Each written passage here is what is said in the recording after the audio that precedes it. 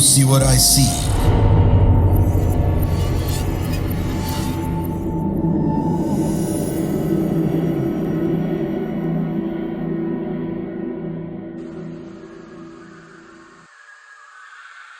Halo semuanya, perkenalkan nama saya Siska, saya dari Jakarta. Saya mau bercerita, ini pengalaman mistis pertama kali saat saya masih SD. Ya, itu tahun 90. Dan sampai sekarang saya sudah dewasa, sudah berkeluarga. Kejadian itu cukup membekas dan bikin saya jujur penasaran sampai sekarang. Bener-bener penasaran. Karena pengalaman itulah saya jadi orang yang penakut. Oke, sebenarnya ada 2 kejadian nih. Dan semua terjadi di rumah Mbah di Jawa Tengah. Ya, ini Mbah ini orang tua dari Mama. Ya, almarhum Mama.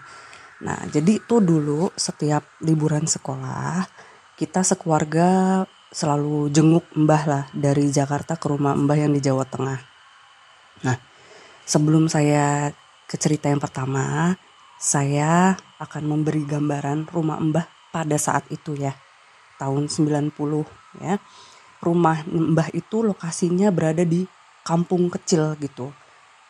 Kotanya sih sebenarnya kota besar, tapi Mbah itu rumahnya tuh masuk kampung gitu loh. Jadi remote banget yang tiap tetangga tuh tahu, kenal. Terus ada kuburannya juga kuburan khusus orang-orang kampung di situ.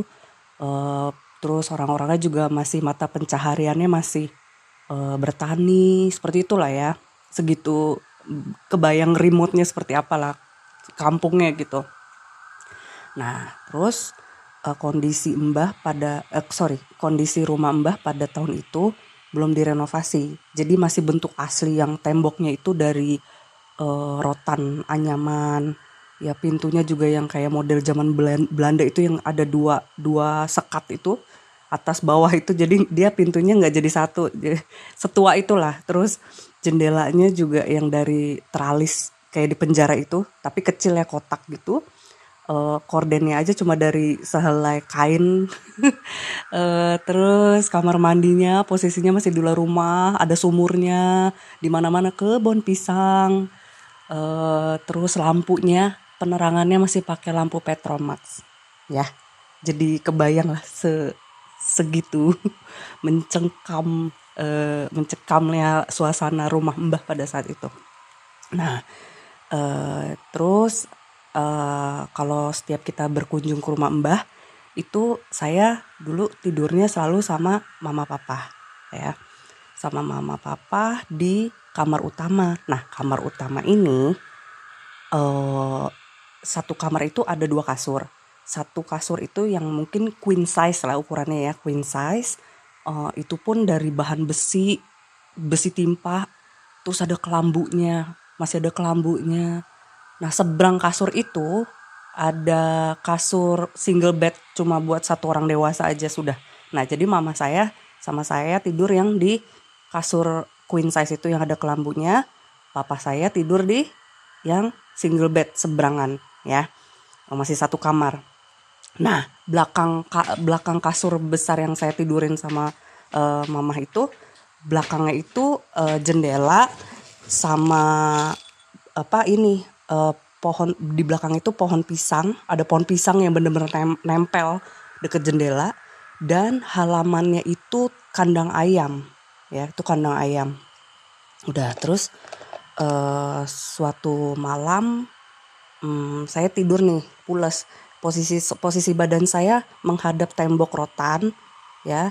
Mama saya di pinggir kasur, jadi badan saya membelakangi mama lah gitu kan.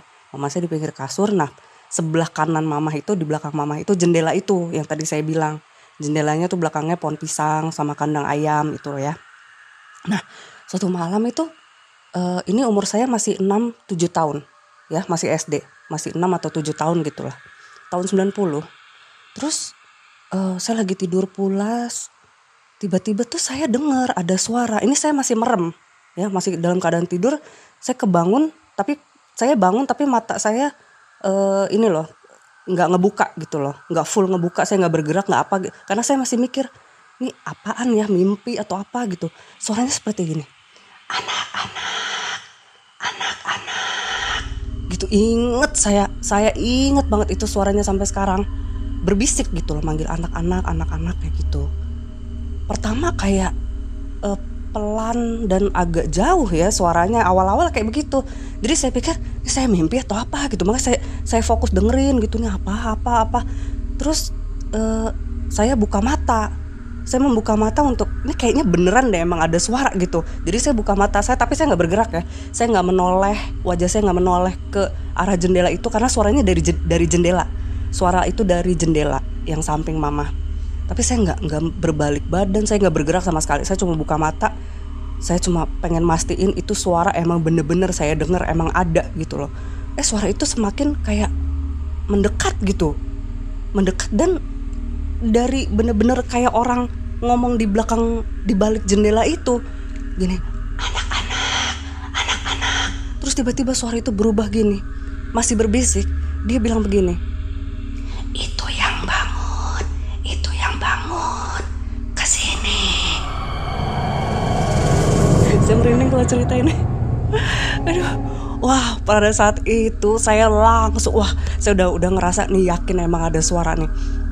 Saya langsung bangunin mama saya, "Mah," gitu. Mama saya kayak kaget, kebangun kan. Saya bangunin, "Mama, suara itu hilang." Terus aku duduk ngeliatin jendela. Terus mama nanya, "Kenapa?" "Ada yang manggil, anak-anak." Aku ceritain semuanya ke mama. Dan anehnya ya, mamaku tuh kayak apa ya, mukanya tuh kayak langsung percaya gitu, tanpa ada penghiburan atau penjelasan, atau kan biasanya orang tua alah paling cuma mimpi, atau ini mama kayak oke, kamu pindah tidur sama papa. Jadi akhirnya saya tidur, pindah ke kasur yang single bed sama papa ya. Dan semenjak itu suara itu udah nggak ada lagi, sama sekali nggak ada. Tapi mama saya nggak tidur, dia tiduran tapi ngeliatin ke arah saya terus gitu, kayak mungkin mau mastiin kalau saya nggak apa-apa, saya bisa tidur lagi kayak gitu ya. Udah, lalu besok paginya penasaran kan saya gitu, "Ma, itu kemarin tadi malam apa ya?" Oh, mama saya nggak mau ngomongin, dia bilang nggak usah dibahas kayak gitu, nggak usah dibahas. Ya udah, semenjak itu saya nggak pernah mau nanya lagi, karena mama saya nggak mau ngebahas, nggak mau jelasin. Jadi seolah-olah apa ya, kayak itu kan mbah dari keluarga mama ya. Jadi kan berarti mama itu dari kecil juga lahir di rumah itu, bertumbuh di rumah itu ya. Mungkin mama pernah punya pengalaman yang sama, atau mendengar isu-isu seperti ini, pengalaman yang sama gitu. Saya juga nggak tahu sampai sekarang, karena mama saya juga udah almarhumah. Saya udah nggak tahu lah, udahlah. Tapi jujur sampai sekarang saya penasaran, itu apa yang manggil, apa gitu. Nah, itu cerita pertama yang nggak tahu itu apaan. Cerita kedua masih di rumah mbah, tapi di saat ini saya udah dewasa ya, udah remaja lah ya. Itu tahun 2002-an lah gitu. Nah, saya masih kuliah, itu rumah mbah udah direnovasi. Nah, terus saya tidur sama mbah di kamar beliau. Nah, itu saya inget banget, jam 1:30 pagi ya, jam 1:30 subuh gitu, karena kan ada jamnya di kamar. Saya kebangun gara-gara ada suara gamelan sama sinden, tapi suaranya jauh gitu. Terus saya pikir gini, oh mungkin orang kampung gitu, ada pertunjukan wayang atau apa gitu. Saya masih mikirnya ke situ lah. Tapi karena suara itu ya, jadi kan saya nggak bisa langsung tidur lagi, jadi terjaga gitu ya. Saya kayak aduh susah nih mau tidur lagi gitu. Terus saya dengerin itu suara, saya fokus dengerin suara itu. Kok lama-lama suara itu kayak mendekat gitu, kayak, jadi waktu itu saya mikirnya gini, mungkin ini grup wayang atau gamelan ada sindennya yang keliling kampung, karena suaranya lama-lama kayak mau melewati rumah depan mbah ya. Nah, terus saya tidur sama Mbah Putri saat itu. Terus kok lama-lama mendekat gitu, suara sindennya, suara gamelannya. Terus saya sampai apa ya, kayak agak melotot gitu saking fokusnya sama suara itu. Tiba-tiba saya kaget, Mbah Putri kebangun terus langsung marahin saya. Mbah Putri tuh orangnya lembut banget, orang Solo, orang lembut banget. Nggak pernah saya dibentak, itu baru pertama kali saya dibentak sama dia. Langsung saya dipukul kecil gitu, pundak saya disuruh tidur lagi. Tidur, tutup telingamu. Jadi aku disuruh tutup telinga, aku disuruh jangan mendengarkan suara itu.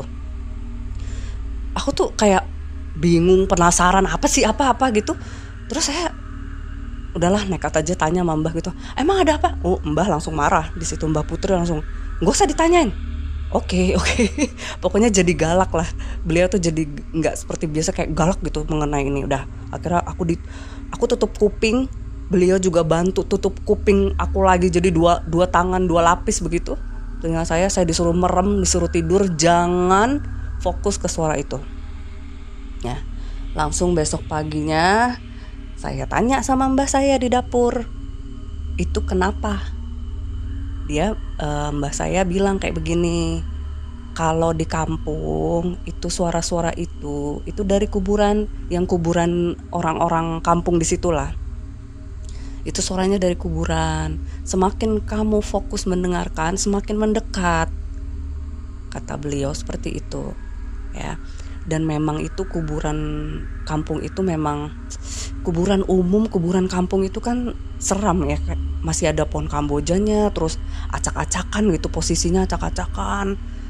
Dan jadi kampung ya, dibatasin rel kereta, terus sebelahnya kuburan orang kampung.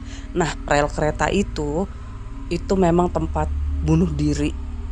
Jadi setiap orang entah dari kampung itu atau orang luar yang mau bunuh diri itu selalu ke situ. Jadi lumayan tragis lah ya rel kereta itu. Nah, jadi 2 cerita itulah yang saya alami, dua-duanya di rumah Mbah. Yang satunya tahun 90 saat saya SD, yang kedua saat saya masih remaja tahun 2002 gitu. Jadi yang bikin saya paling penasaran itu yang pertama kali, kejadian pertama kali. Karena itu suaranya entah itu apalah. Yang gamelan gak terlalu serem, tapi yang pertama itu yang menurut saya seram karena kok bisa gitu. Saat saya buka mata, kan muka saya menghadap tembok. Kenapa? Suara itu asalnya tuh terdengar dari belakang jendela teralis itu, sedangkan dari jendela itu kalau memang ada orang iseng atau apa, mana bisa dilihat muka saya yang membuka mata, nggak mungkin nggak bisa lihat. Jadi saya penasaran itu apa ya, tapi nggak tahu ya, insting saya sih, saya yakin itu bukan orang lah. Masa bisa lihat sih kalau saya bangun, sedangkan saya nggak bergerak, saya nggak menoleh ke belakang, saya cuma membuka mata dan menghadap ke tembok gitu kan, nggak mungkin. Sampai sekarang saya pengen tahu itu apa. Walaupun saya takut, tapi saya penasaran gitu ya. Mungkin sekian cerita pribadi dari saya cuma mau sharing ini biar lega. Terus ada juga pengalaman lain. Kebetulan sekarang saya tinggal di Batam. Ada 2 kali juga saya pengalaman lumayan horor di Batam selama saya tinggal di Batam 5 tahun belakangan ini. Tapi di lain waktu saja saya akan berbagi cerita. Sekian, terima kasih ya teman-teman sudah mau mendengarkan. Bye.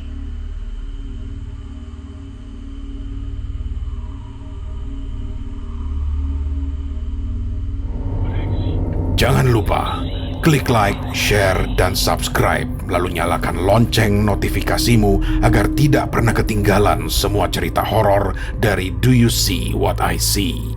Kamu juga punya pengalaman horor?